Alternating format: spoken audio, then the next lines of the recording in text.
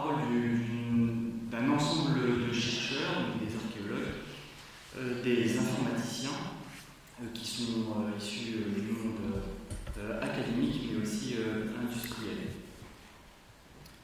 Donc, un petit peu de contexte. Donc, voici le musée des Beaux-Arts à Rennes, qui fait face à la Vienne, en Bretagne. Et puis, vous avez ici cette momie de chat qui est conservée dans le département d'archéologie du musée des Beaux-Arts.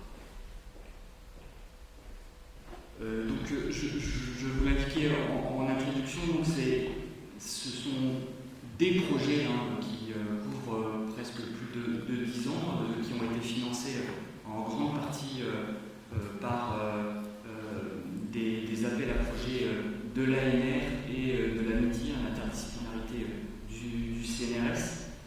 Donc on retrouve des chercheurs en informatique qui font partie de l'UMR IRISA, en particulier de l'INSA de Rennes et de l'Université de Rennes, et des archéologues, en l'occurrence de l'UMR Trajectoire et de l'INRA. Le partenaire essentiel dans ce projet, c'est les conservateurs du musée des Beaux-Arts de Rennes qui sont en quelque sorte venus nous chercher pour essayer de valoriser des objets de leur collection. Puis nous avons travaillé dans le cadre de ces collaborations avec Orange Innovation, la société Polymorphe et Catindus, et j'y reviendrai plus tard. Donc cette momie, donc, il y a moins d'une dizaine de momies dans le musée des Beaux-Arts. Il y a 2 momies humaines et puis le reste c'est des momies animales, des momies de chats et plusieurs petites momies de crocodiles. Donc nous avons surtout travaillé sur cette momie de chat qui est relativement bien conservée. Donc, c'est un dépôt du musée du Louvre qui s'est fait au début du XXe siècle, et on a un contexte qui n'est pas vraiment renseigné. On n'a pas le lieu de découverte, et de fait, elle a été attribuée à l'époque ptolémaique par le Louvre. Juste un petit contexte. Alors, je ne suis pas égyptologue, pour le coup, Pedro l'a indiqué en introduction. Donc ces momies de chat sont relativement... ces momies animales sont assimilées à des ex-voto, mais on les retrouve en grande masse au sein de temples en Égypte, avec ces corps momifiés qui servent d'ex-voto. Les dernières recherches sur les 20 dernières années, donc il y a eu des projets là aussi internationaux, mais aussi en France, en particulier avec le projet MAES, qui a travaillé notamment sur les momies de chat, les momies animales conservées au musée des Confluences à Lyon.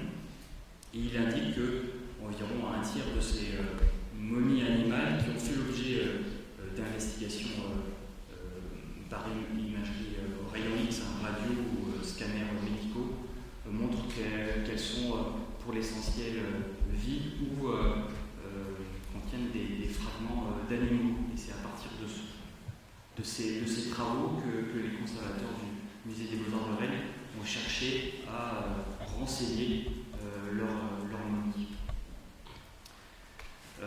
Donc en particulier, la problématique de beaucoup de musées depuis quelques temps, c'est justement essayer d'apporter de l'expérience intellectuelle et sensible aux différents visiteurs, et tenter d'enrichir l'acquisition du savoir par rapport à ces collections.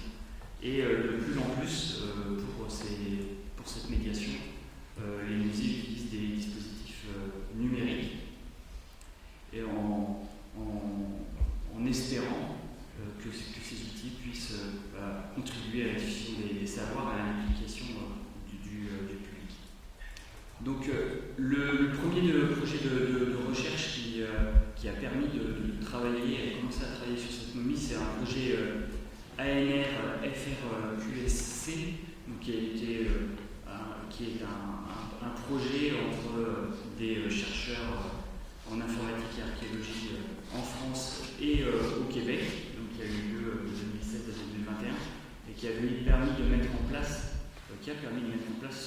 un process d'acquisition et de valorisation des données numériques obtenues à partir essentiellement d'imagerie médicale, et ensuite son exploitation sous forme d'impression 3D ou d'interaction en réalité étendue, donc réalité virtuelle et augmentée.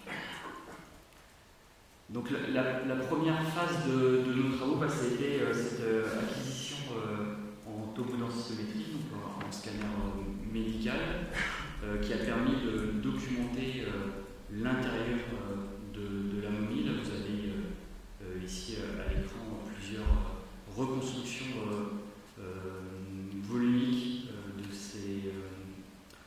du contenu de la momie. Donc, la tomodensitométrie permet, à partir de la densité des matériaux, d'avoir des représentations visuelles différenciées dans ces reconstructions. Donc là, vous avez les reconstructions de l'amas osseux tel qu'il est conservé à l'intérieur de la momie.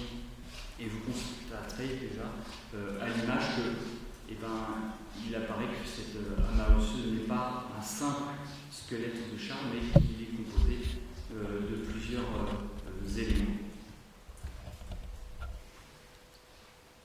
Donc, un détail de la tête. Donc, en haut, vous avez des vues en coupe.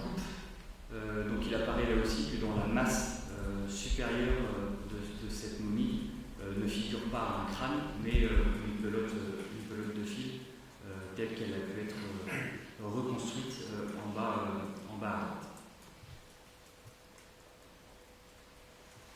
Donc les résultats de l'étude archéologique remettent entre guillemets un petit peu en cause la datation qui avait été attribuée par le Louvre. Donc généralement en archéologie, quand on reprend les données, on a tendance à préciser. Là c'est plutôt l'inverse. Donc là en fait par rapport à ces caractéristiques typologiques, cette momie de chat serait datée du 1er millénaire avant Jésus-Christ au 4e siècle après Jésus-Christ. Et là aussi, la question de l'origine de cette momie est vraiment incertaine. Alors, par contre, on a bien pu documenter l'intérieur de la momie. Donc, on n'a pas un squelette de chat, mais au moins 3 individus qui sont des jeunes spécimens. Les caractéristiques osseuses montrent qu'on a des portions de membres qui sont conservées, elles sont en connexion, donc qui montrent que là aussi on a eu un process qui a permis d'engendrer ces fragments, sans rentrer précisément dans les détails. Donc ces jeunes chats ont été tués, puis mis à sécher, puis ensuite on les a fragmentés pour composer l'amas osseux. Donc on a une décomposition avancée avant momification parce qu'on a la présence de trous par exemple qui correspondent à l'intervention d'insectes nécrophages avant la momification proprement dit de ces fragments. Donc à partir des différentes acquisitions en tomodensitométrie, on a pu générer un certain nombre de modèles 3D. Donc là, vous en avez plusieurs exemples entre le modèle un peu surfacique issu de la tomodensitométrie à gauche et un modèle en photogrammétrie à droite. Et puis au milieu, vous avez des reconstructions qui sont générées à partir des coupes acquises en tomodensitométrie. Et à partir de la génération de ces modèles 3D, on peut entreprendre d'aller un peu plus loin dans le process. Et ce qui nous a paru, relativement intéressant, c'était de rendre tangibles ces objets qui sont invisibles à l'intérieur de la momie, sauf à débangleter et à fouiller et à donc détruire l'objet d'étude. Donc on a imprimé au début d'une manière relativement simple avec une imprimante filaire l'amas osseux dans sa globalité.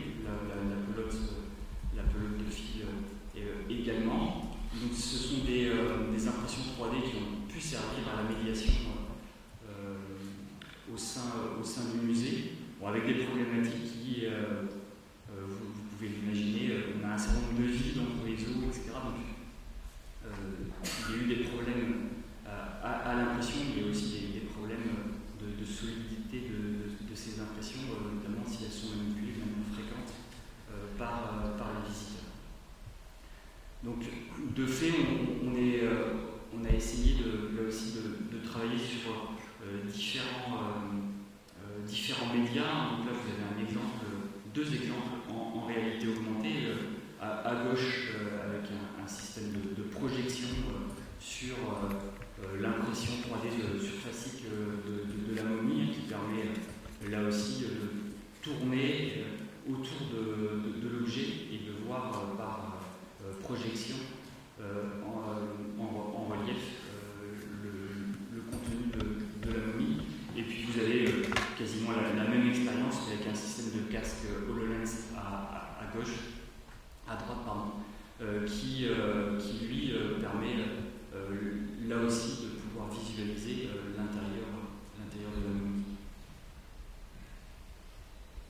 Donc à l'issue de ces travaux, qui sont plutôt le développement d'outils qui peuvent être utilisés en archéologie préventive, notamment tout ce qui est acquisition et post-traitement en lien avec la tomodensimétrie, le musée a souhaité aller un peu plus loin, et notamment pour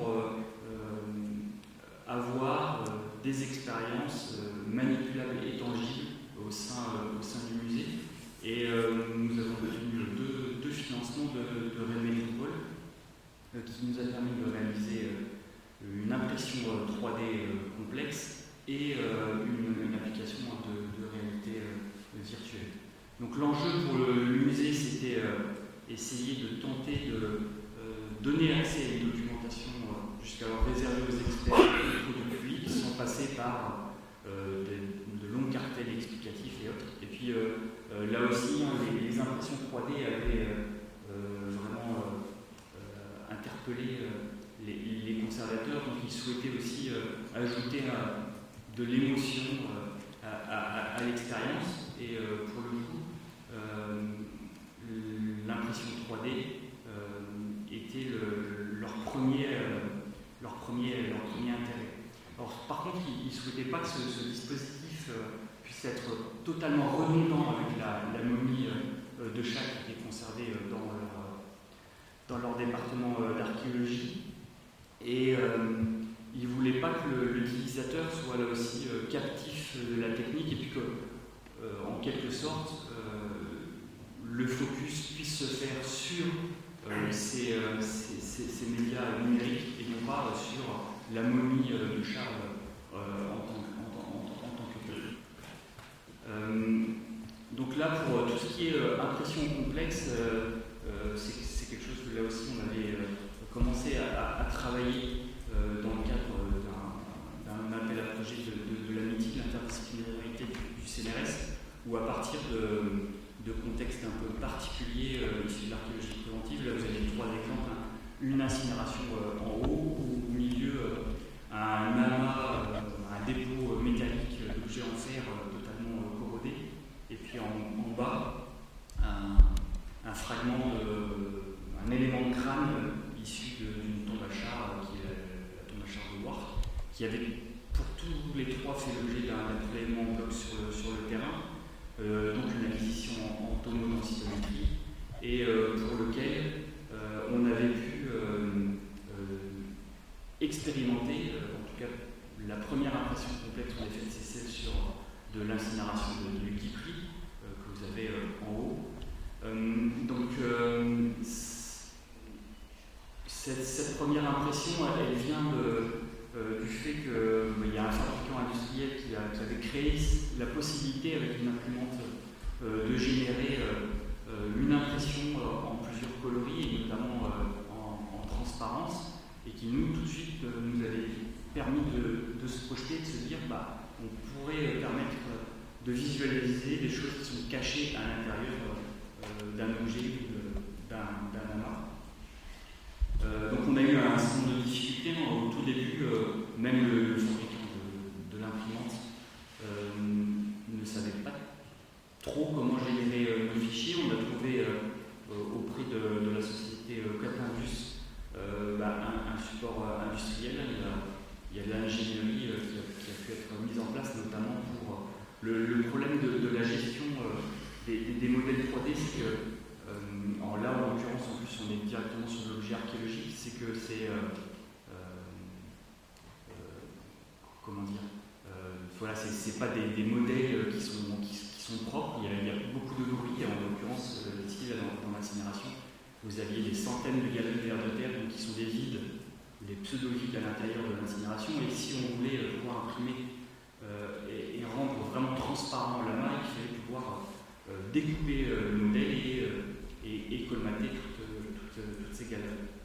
Donc on a quand même réussi à obtenir cette première impression, et puis après, le process aidant, on a pu en réaliser d'autres et qui voilà, permettent de rendre tangibles des choses qui sont cachées et qui ont là aussi un intérêt particulier pour le chercheur en archéologie, puisque on accède à des données avant même qu'elles soient fouillées. Pour certaines, si on prend l'exemple de l'amas du dépôt métallique, qui ont pris plusieurs mois avant qu'on puisse accéder aux objets. Dans le cadre de ces recherches, pour le coup, il y a là aussi, à l'échelle de la momie, tout un travail de segmentation. Donc on a un amas osseux, et dans le modèle 3D initial, c'est un seul modèle, alors qu'on a plusieurs dizaines d'ossements, et puis des fragments bandelettes et autres. Il faut pouvoir tout segmenter, tout découper virtuellement. Donc on peut automatiser un certain nombre de tâches, mais d'autres doivent être faites manuellement. Et puis aussi des travails sur le lissage des modèles 3D afin aussi d'optimiser au mieux le modèle avant son impression. Et donc ce qui nous a permis, donc après quelques mois, d'obtenir à l'échelle 1, et puis voilà aussi l'intérêt du numérique, également à d'autres échelles, à l'échelle 1,5 et l'échelle au quart, une sorte de clone augmenté de cette momie. Donc vous l'avez ici représenté à gauche, donc tout ce qui est bandelettes et puis éléments organiques de corps mou à l'intérieur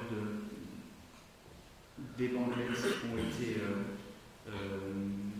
représentés en bleu. Donc tout ce que vous avez en bleu, ce sont les os. La pelote, elle, a été représentée en jaune, et puis tout ce qui est en transparent correspond justement au système de bandelettes. Donc à l'issue de ce premier travail, le musée était relativement ravi du résultat, et il a même du coup fait évoluer sa monographie.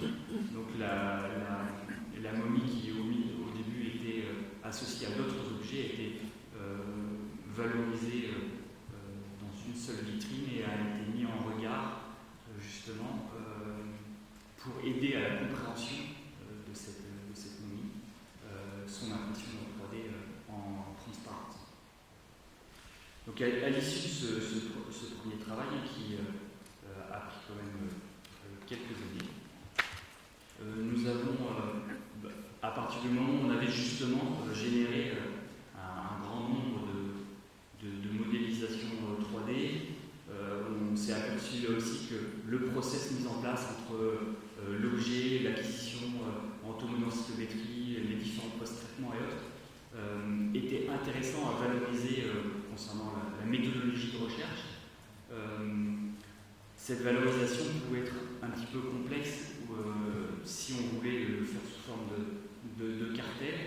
Et comme l'équipe de recherche de l'UELISA est vraiment spécialisée en réalité étendue et en particulier en réalité virtuelle, il a été proposé une expérience de réalité virtuelle qui permettait justement aux visiteurs d'expérimenter et d'avoir une démarche active pour comprendre le process des archéologues dans la compréhension de cette momie, et puis la compréhension individuelle de cette momie de chat.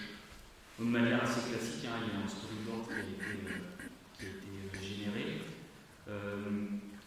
Là aussi, c'était une requête du musée. Il ne voulait pas que cette expérience soit totalement déconnectée de la salle où était conservée la momie.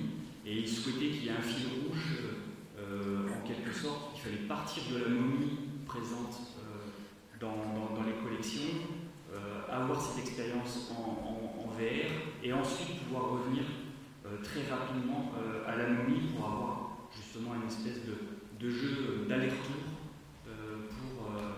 pour augmenter l'expérience. Donc l'expérience, elle se fait sous un casque de réalité virtuelle classique. Les utilisateurs vont suivre le process de recherche, donc vont partir de l'objet, donc ils vont pouvoir le manipuler, et ensuite ils vont pouvoir le fouiller virtuellement à travers les données d'acquisition en densicométrie. Et après, voilà, cette expérience va leur permettre de comprendre les processus d'exploration non invasifs, la radiographie, la tomodensitométrie, la comparaison entre les deux, et l'utilité de ces approches pour la conservation des objets archéologiques. Et puis après, il y a une dernière phase dans l'expérience où ils doivent analyser, interpréter les données par eux-mêmes afin d'identifier les espèces, le nombre d'individus et l'âge des individus. Donc le scénario a été mis en œuvre notamment à partir d'une application Xareus qui a été développée à l'IRISA et qui permet justement de générer les scénarios complexes. Donc là vous avez quelques vues qui correspondent justement à l'expérience entre l'acquisition en densicométrie et l'image qui tombe à droite, qui est une sorte de petit jeu où on va identifier les ossements, et l'identification de ces ossements doivent permettre de comptabiliser le nombre d'individus dans la momie. Donc l'intérêt de cette expérience, c'est qu'elle est relativement attractive et simple à mettre en place par l'utilisateur. Donc l'environnement graphique est relativement joli. Et là, ce qui est particulièrement original, c'est qu'on met en avant la démarche scientifique pour permettre de valoriser la momie. L'intérêt de ces outils numériques sont que, en l'occurrence, on peut déployer l'expérience en dehors de la collection permanente. Donc, la première version, c'est en 2023, et depuis, l'expérience tourne dans le musée, notamment pour les visiteurs qui viennent en groupe. Mais elle a aussi une vie en dehors des murs, et en particulier en EHPAD. L'expérience a été jusqu'à la prison de Vezin. Il a très récemment, le Louvre se déplace comme ça dans des lieux publics en province, et en l'occurrence, cette expérience a fait l'objet d'une présentation à côté d'autres objets dans un grand centre commercial rennais. Donc le retour utilisateur est particulièrement bon. Ils apprécient l'autonomie, puis la manière dont est présentée la démarche scientifique, qui leur permet en quelque sorte par eux-mêmes de trouver les solutions mises en avant par les archéologues, tout en mettant en parallèle le côté recherche, mais aussi fantaisie que permet cet outil. Donc pour conclure, donc c'est presque 10 ans de recherche ont un aboutissement au musée. Alors c'est vrai que pour l'archéologue, encore plus pour un archéologue qui travaille dans le préventif, c'est pas des choses qui nous arrivent quand même très souvent. Donc c'est quelque chose qui est particulièrement important, aussi bien pour le musée des Beaux-Arts que pour nous archéologues. Ça nous a permis sur des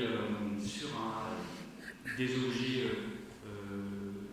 conservés en musée de mettre en place et de tester des pratiques qui maintenant commencent à se systématiser en archéologie préventive. Maintenant, l'approche, par exemple, du prélèvement en bloc en contexte funéraire ou d'incinération et leur exploration en tomodensitométrie se fait de manière de plus en plus courante. Et puis les outils qui ont été développés, notamment tout ce qui tourne autour de la segmentation des objets, sont des apports relativement importants. Et puis là aussi, pour les chercheurs en informatique, ils ont pu mettre en place, développer des outils, en particulier de scénarios, qui là aussi ont des implications de recherche relativement importantes pour eux. L'expérience, elle est véritablement enrichie pour le visiteur. On a cette impression 3D qui vient augmenter la momie réelle et puis augmenter cette application de réalité virtuelle. Donc depuis juin 2023, on a presque 1000 utilisateurs qui ont testé l'application en VR, en tout cas jusqu'à la fin de l'été. Et puis là aussi, l'intérêt du numérique, c'est que on peut dupliquer donc l'expérience ou l'impression, et en l'occurrence, il y a eu assez récemment une exposition à Toulouse, un momie corps préservé, corps éternel, où il avait été demandé, entre guillemets, le prêt de la momie de chat du musée des Beaux-Arts de Rennes. Le musée des Beaux-Arts a préféré garder dans ses collections quelque chose qui est maintenant un objet phare au sein du musée. Et néanmoins, on a pu transmettre les fichiers numériques et dans le cadre de cette exposition à Toulouse, une autre copie de la momie a pu être présentée en parallèle d'une autre momie de chat. Donc, je vous remercie pour votre attention. J'ai juste une dernière petite dia et qui va se lancer donc avec quelques visuels qui ont permis d'obtenir donc cette impression 3D et une partie de l'expérience en VR. Donc, je vous remercie. Merci beaucoup pour vous applaudir.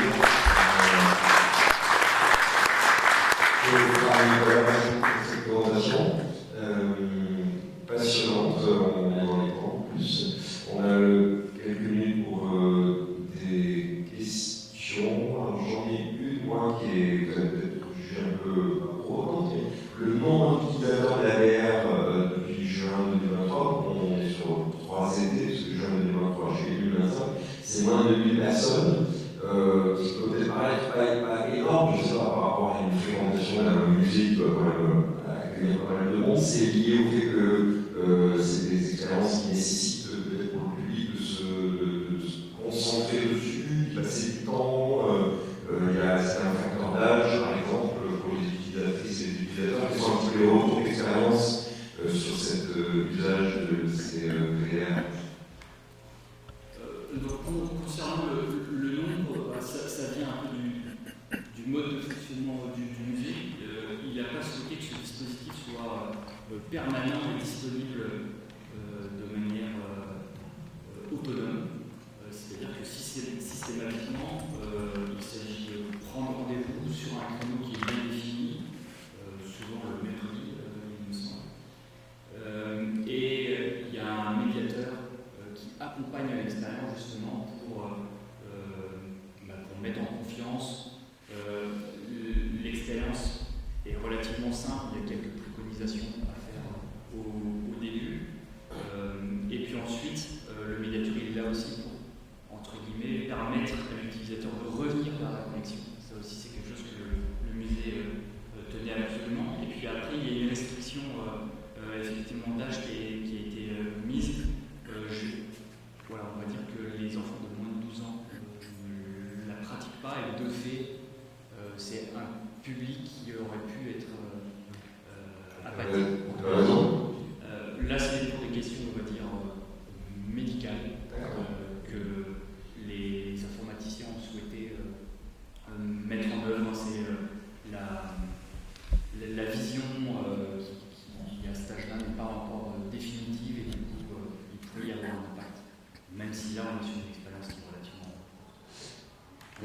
vous. Qui a une question pour notre premier intervenant? Je vais vous donner un micro, pour que tout le monde puisse vous entendre. N'hésitez pas à vous présenter si vous le souhaitez. Oui, bonjour. Je travaille à la région d'Italie, à l'archéologie. Et deux questions, en fait. Un sur la taille des fichiers qui sont utilisés et qui sont stockés éventuellement. Ça représente, j'imagine, un investissement conséquent en termes de conservation. Après, l'autre question, c'est la duplication, le double jour que vous avez produit, fait apparaître effectivement à l'intérieur de la momie. Il permet une autre lecture peut-être de cette momie, si j'ai bien compris. Ça. Et trois, combien ça coûte? Combien ça coûte en fait l'idée d'une expérience j'ai une autre question, c'est parmi les données que vous collectez à partir de votre système de repérage, ça appartient au musée, à vous-même, parce que c'est partagé. Et puis, est-ce quel est le coût global de cette opération? Alors, question multiple, réponse multiple. La taille des fichiers en soi, là en l'occurrence on est sur de l'objet, donc on n'est pas sur un site, donc on est quand même relativement restreint. Les données tournent sur mon ordinateur professionnel d'archéologue, donc on va dire qu'elles sont somme toute relativement raisonnables. Ce qui prend de la place au final, c'est les acquisitions en tomodensitométrie, puisque là on fait des coupes, et plus on veut être précis, plus on fait de coupes, et au final c'est presque plus le nombre de fichiers qui pose problème à un ordinateur lambda que la taille des fichiers en tant que tel. C'est stocké sur un simple disque dur externe, en l'occurrence ça prend pas spécialement de la place. Pour la propriété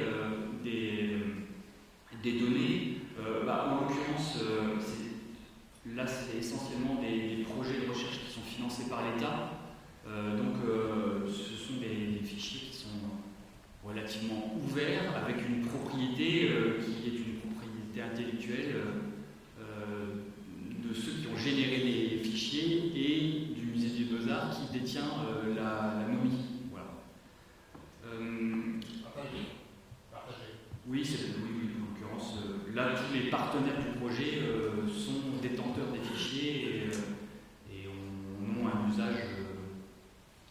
Voilà, les autres partenaires sont tenus informés de leur usage, mais en tout cas ce sont des données qui sont restituables au grand public et ce ne sont pas des données commerciales en tant que telles. Concernant le coût, alors là concernant le coût,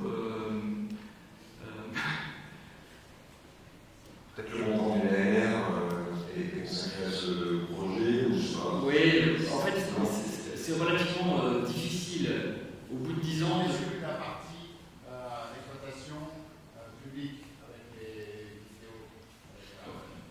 Alors si on exclut le côté expérience VR et si on exclut les 10 ans de recherche et développement qui ont été vraiment financés en particulier par l'ANR, une impression 3D complexe, je crois que la première qu'on a réalisée sur le lion de Guipry, c'est plusieurs milliers d'euros. C'est plusieurs milliers d'euros à cet instant T, qui est que on avait une imprimante, on savait qu'on pouvait le faire, sauf qu'on n'avait pas l'ingénierie qui permettait l'usage de cette imprimante. Et en l'occurrence, la société Catabus a mis plusieurs mois d'ingénieurs pour pouvoir générer des fichiers qui permettaient d'obtenir ce que nous, on leur avait demandé. Donc là, le coût, il était relativement important. Si on fait la même impression de Guipry maintenant, le prix il est quasiment divisé par 4 ou 5.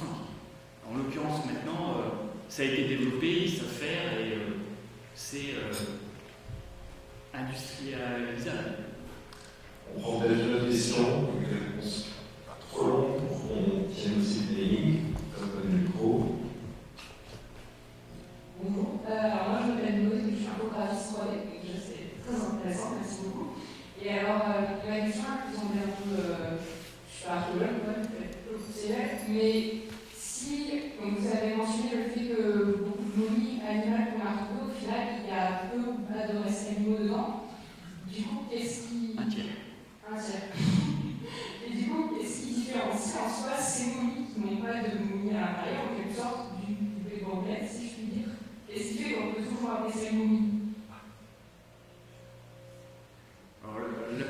suis agiteux, je ne vais pas vous faire une réponse de spécialiste. Là, ce qui est important, c'est pour les personnes qui avaient dans leur religion un intérêt à avoir ces momies, c'est la représentation qu'elles ont. Au final, ce qui est important, c'est